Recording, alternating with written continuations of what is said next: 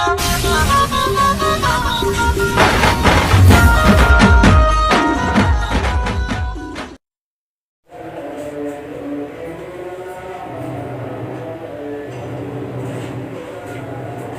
Hi guys, welcome back to my channel. आज हम basically बात करने वाले हैं cell the unit of life. ये बॉटनी का बहुत ही ज्यादा इंपॉर्टेंट चैप्टर है। इसके बाद आता है हमारा सेल साइकिल, सेल डिवीजन। तो आज हम बात करेंगे जो है cell the unit of life. इसमें हमने बेसिकली काफी कुछ बात ऑलरेडी कर रखी, लेकिन आज हम जो आपको बताएंगे वो थोड़ा बहुत मतलब कि जितने साइंटिस्ट थे उन्होंने किस चीज की डिस्कवरी की थी और उसके अकॉर्डिंग कैसे हमारा सेल मतलब हिस्ट्री ऑफ सेल के बारे में बेसिकली हम बात करने वाले हैं। अगर हम किसी चीज के बारे में, किसी चैप्टर के बारे में पढ़ते हैं तो हमें उसके पीछे का रीजन पता होना चाहिए। तो हिस्ट्री ऑफ सेल ये भी बहुत ही इंपॉर्टेंट पार्ट है इस चैप्टर का। तो उसके लिए आपको जो है लास्ट में एक मतलब बहुत ही इंपॉर्टेंट चार्ट मिल जाएगा, तो इसमें बेसिकली बात करेंगे सेल के बारे में। जैसे कि सेल है तो सेल के बारे में हम इसमें बात क्या करेंगे। ये जो सेल है ये बहुत ही ज्यादा बेसिक है और फंडामेंटल है और स्ट्रक्चरल है। मतलब फंडामेंटल और स्ट्रक्चरल है ये तो हम पढ़ते आ रहे हैं, लेकिन ये फंडामेंटल है क्यों है, स्ट्रक्चरल क्यों है। फंडामेंटल ये इसलिए है क्योंकि फंक्शनल है, फंडामेंटल है और स्ट्रक्चरल है। मतलब ये जो हमारी सेल होती है ये तीन चीज में मतलब कि हेल्प प्रोवाइड करती है। पहला ये फंक्शनल है, उसके बाद ये स्ट्रक्चरल है और लास्ट है इसका फंडामेंटल। मतलब जो हमारी सेल है वो बेसिक यूनिट ऑफ लाइफ है और ये फंक्शनल है, स्ट्रक्चरल है, फंडामेंटल है। अब देखिए फंक्शनल इसलिए क्योंकि ये हमारे बॉडी का सबसे बेसिक फंक्शन अगर कोई कहीं से भी स्टार्ट होता है तो वो सेल से ही होता है। अगर सेल फंक्शन नहीं करेगा तो बॉडी के इनसाइड जितने भी ऑर्गन्स है, ऑर्गन सिस्टम है और एक ऑर्गेनिज्म सर्वाइव नहीं कर पाएगा। तो सबसे पहले फंक्शन अगर कोई करता है तो बेसिक फंक्शन जो होता है सेल से, बॉडी के सारे फंक्शन जो डिपेंड होते हैं सेल पर। अगर जब तक सेल कोई भी मतलब एक्शन नहीं लेते तब तक टिश्यू से ऑर्गन, ऑर्गन से ऑर्गन सिस्टम से ऑर्गेनिज्म में कोई भी चेंज नहीं आएगा।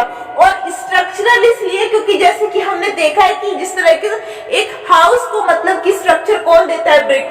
हम जैसे जैसे ब्रिक को लगाते हैं with the help of cement. अगर हम देखिए दो ब्रिक होती है तो दो ब्रिक को जो ज्वाइन करते हैं उसको हम सीमेंट की हेल्प से ज्वाइन करते हैं। अब यही सेम चीज आपको ह्यूमन बॉडी में देखना है। जो दो सेल जो है ज्वाइंट होती है तो विद उसके बीच में जो मतलब प्रेजेंट होता है सब्सटेंस, जैसे कि वॉल बनाने में, हाउस बनाने में ब्रिक को कौन ज्वाइन करता है, सीमेंट ज्वाइन करता है। वैसे ही सेल को ज्वाइन करने में जो है उसके बीच में सब्सटेंस होता है, उसे हम क्या कहते हैं, वो सेलुलर सब्सटेंस होता है, सेल का सब्सटेंस होता है। उसके बाद उसमें जो स्पेस होती है, उसमें जो स्पेस होती है उसे हम इंट्रासेलुलर स्पेस कहते हैं और जो सब्सटेंस वहीं पर होता है उसे क्या कहते हैं, इंट्रासेलुलर सब्सटेंस। मतलब सेल के चारों तरफ या फिर सेल के अंदर, सेल के बीच में जो स्पेस होता है उसे इंट्रासेलुलर स्पेस कहते हैं और जो सब्सटेंस प्रेजेंट होता है उसे इंट्रासेलुलर सब्सटेंस कहते हैं। ये सिंपल सा हुआ बिहाइंड द रीजन कि सेल कैसे मतलब कि एक दूसरे में स्ट्रक्चरल होते हैं। ये हुआ फंडामेंटल इसलिए होता है क्योंकि इसका मेन जो मोटो होता है वो क्या होता है, बॉडी को एक स्ट्रक्चर प्रोवाइड करना, हर एक फंक्शंस को करना। तो ये सब सेल पर डिपेंड होता है। अब ये हुआ कुछ बेसिक। अब हिस्ट्री ऑफ सेल में हम क्या पढ़ेंगे। हिस्ट्री ऑफ सेल में हमें पता होना चाहिए कि सेल को डिस्कवर किसने किया था। देखिए तीन चीजें इसमें सबसे मेन है जो कि आप केमिस्ट्री, फिजिक्स और बायो तीनों में है। पहला, साइंटिस्ट को किसी चीज, साइंटिस्ट का मेन काम क्या होता है, जो साइंटिस्ट होते हैं वो किसी चीज को पहले ऑब्जर्व करते हैं, मतलब ऑब्जर्व करते हैं नेचुरली, उसके बाद उस पर मतलब एक्सपेरिमेंट करते हैं। उनको जो मतलब उनको जो पूरा का पूरा जो जिस पर वो बिलीव करते हैं वो उनका होता है क्या, ऑब्जर्वेशन और एक्सपेरिमेंट। अब देखिए वो किसी भी ऑब्जेक्ट को देखते हैं विद द हेल्प ऑफ तीन टाइप के स्कोप होते हैं, लेकिन आपको पूरी बायोलॉजी में सिर्फ दो टाइप के स्कोप ही पढ़ने को मिलेंगे। पहला होता है माइक्रो और दूसरा होता है मीजो और जो सबसे बड़ा होता है वो होता है मैक्रो।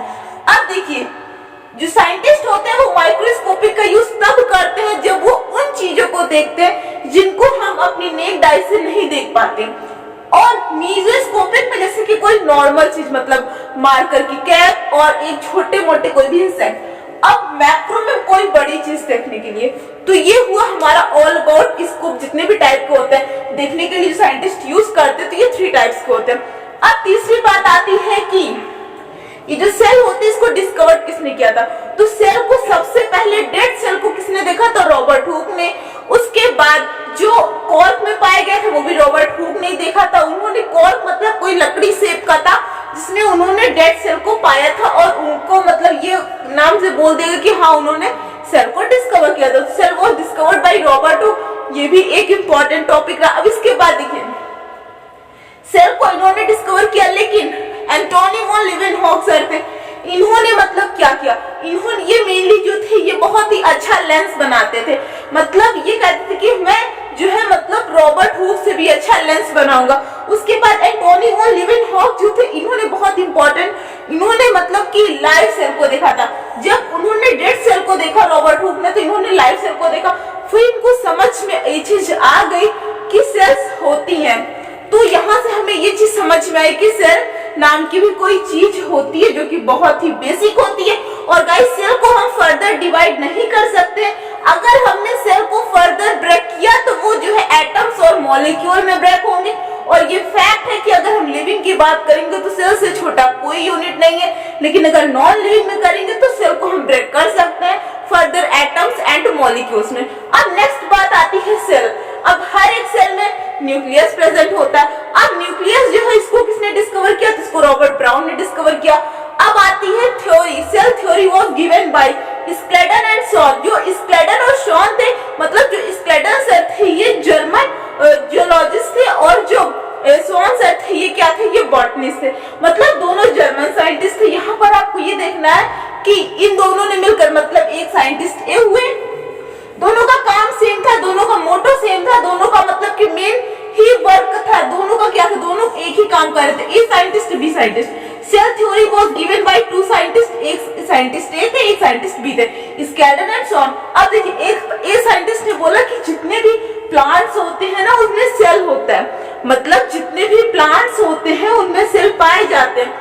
अब उधर जो है दूसरे बी साइंटिस्ट ने बोला कि हमने ये ऑब्जर्व किया, जो कि जियोलॉजिस्ट है, उन्होंने बोला कि मैंने ये ऑब्जर्व किया कि हर एक एनिमल, हर एक ह्यूमन, हर एक इंसेक्ट की बॉडी में बहुत सारे सेल्स पाए जाते हैं। अब इन दोनों साइंटिस्ट ने मिलकर इस सेल थ्योरी को दे दी, मतलब दोनों जर्मन साइंटिस्ट ने मिलकर इस सेल थ्योरी को प्रूव कर दी कि हर एक लिविंग चीज में, हर एक लिविंग चीज जो है किससे मिलकर बनी होती है, सेल से मिलकर बनी होती है। Each and every living thing is made up of cell.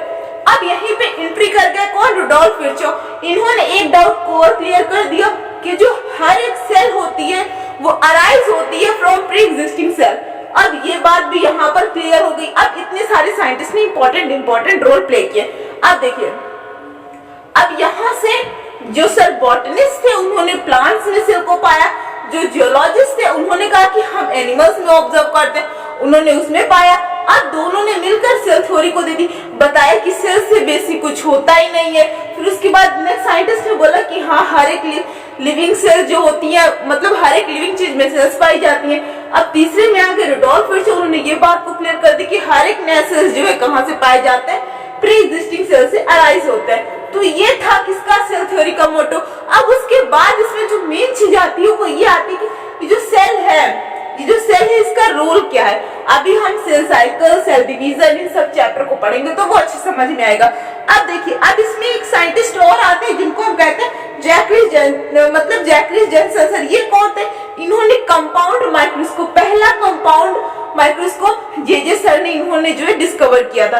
अब ये बात हुई इससे रिलेटेड। अब उसके बाद हम बात करेंगे ये सेल जो होता है, हमारी बुक के अकॉर्डिंग सेल हमारा structural, fundamental and functional unit of our life है। मतलब इसके बिना लाइफ पॉसिबल नहीं है, मतलब इसके बिना कुछ है ही नहीं, इसी से हम आए हुए हैं। अब जो ये सेल्स होते हैं इनका अपना अपना रोल होता है इनसाइड द बॉडी। अब एक सेल के आसपास काफी सारे बैक्टीरिया भी पाए जाते हैं। बैक्टीरिया जो होते हैं काफी हार्मफुल भी होते हैं, मतलब बैक्टीरिया, हर एक बैक्टीरिया हार्मफुल नहीं होता है, काफी सारे बैक्टीरिया हमारी बॉडी के लिए यूजफुल भी होते हैं। तो इस तरीके से हम ये कह सकते हैं कि एक ह्यूमन बॉडी में सेल से भी ज्यादा बैक्टीरिया पाए जाते हैं। और इस चीज को साइंटिस्ट ने प्रूव कर दिया है, ऑलरेडी ये चीज प्रूव्ड है कि हमारी बॉडी में सेल से भी ज्यादा क्या पाए जाते हैं, बैक्टीरिया पाए जाते हैं। और एक सिंगल सेल जब तक डिवाइड कैसे करता है, सेल डिवीजन, मतलब अभी यहाँ पर आपको सिर्फ सेल का ये देखना है कि एक सिंगल सेल से हम मतलब कि आए हुए हैं। ये थोड़ा सा बात आ जाती है जियोलॉजी से बेस पर, मतलब एक सेल जो होती है वो ऐसे होती है, ये एक सेल, अब ये कैसे ब्रेक करती है, ये ऐसे ब्रेक करती है। अब देखिए अब उसके बाद ये दोनों अलग हुए, मतलब ये चीज किसने बताई? रुडोल्फ विर्चो सर ने बताई कि हर एक सेल जो है प्री एग्जिस्टिंग सेल से अराइज होती है। और यहाँ से आपको एक क्वेश्चन या फिर एक फैक्ट आप समझ लें, क्या हमारे पास तो स्केलेटन सिस्टम होता है, मतलब हर एक ह्यूमन बॉडी में, मतलब हर एक ह्यूमन में स्केलेटन सिस्टम होता है, बट द मेन थिंग क्या है यहाँ पर? मेन चीज ये है कि हर एक क्या सेल के पास भी स्केलेटन होता है? हाँ, सेल के पास स्केलेटन होता है जिसको हम कहते हैं साइटोस्केलेटन। क्या कहते हैं? सेल के पास जो स्केलेटन होता है उसको हम कहते हैं cytoskeleton. Cyto, the word cyto means cell ही होता है, और स्केलेटन मतलब उसका जो फ्रेमवर्क ये होता है, मतलब कि सेल में भी क्या होता है, जो सेल का स्केलेटन होता है उसे हम साइटोस्केलेटन कहते हैं। सो आई होप आपको इतना अच्छे समझ में होगा। अब हम नेक्स्ट वीडियो में कंटिन्यू करेंगे कि जितने भी हमारी सबसे यूनिट, सबसे स्मॉलेस्ट क्या होता है, सबसे बिगेस्ट क्या होता है। अब देखिए लार्जेस्ट सेल कौन सी होती है, स्मॉलेस्ट सेल कौन सी होती है, तो ये सब हम नेक्स्ट वीडियो में डिस्कस करेंगे। सो आई होप आपको वीडियो अच्छा लगा। अगर वीडियो अच्छा लगा तो वीडियो को लाइक कीजिएगा। अब हम लोग नेक्स्ट वीडियो में आगे के साथ कंटिन्यू करेंगे। Bye bye, take care.